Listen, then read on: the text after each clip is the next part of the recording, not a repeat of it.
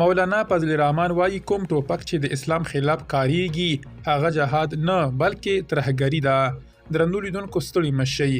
مولانا فضل الرحمن د حقانیه مدرسې د مشر حمید الحق حقانی له وژل کېدو وروسته په لومړي ځل یادې مدرسې ته ورغلی او په دې مدرسه کې یې ځانمرګی برید غندلی دی او وایي کوم ټوپک چې د اسلام خلاف کاریږي هغه جهاد نه دی بلکې ترهګري ده.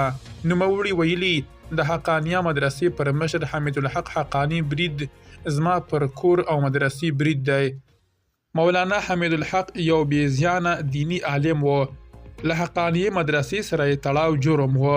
مولانا فضل الرحمن د خپلې وینا په یوه برخه کې وایي چې حضرت محمد صلی الله علیه وسلم په یو حدیث کې ویلي دي چې د انسان وینه د الله له کور څخه غوره ده.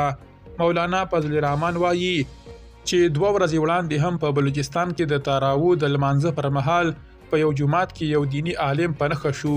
نوموړی ډېروي چې دا تور توپان دی راځي او تیریږي خو دا مدرسې به پاتې وي.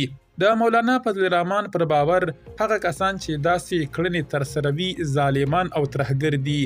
آیا زه باید خپل ښوونکي ته شهید ووایم او وژونکي ته هم مجاهد ووایم؟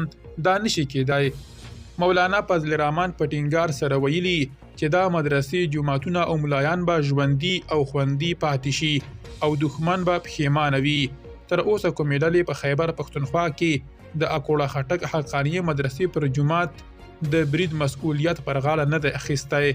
خو د مولانا فضل الرحمن څرګندونو پښتانه افغانان غوسه کړي او وایي پر کوم ټوپک چې د ملا پر خوله عام پښتون افغان وژل کیږي هغه جهاد دی او که ملا پرې وژل کیږي نو بیا ترهګري ده.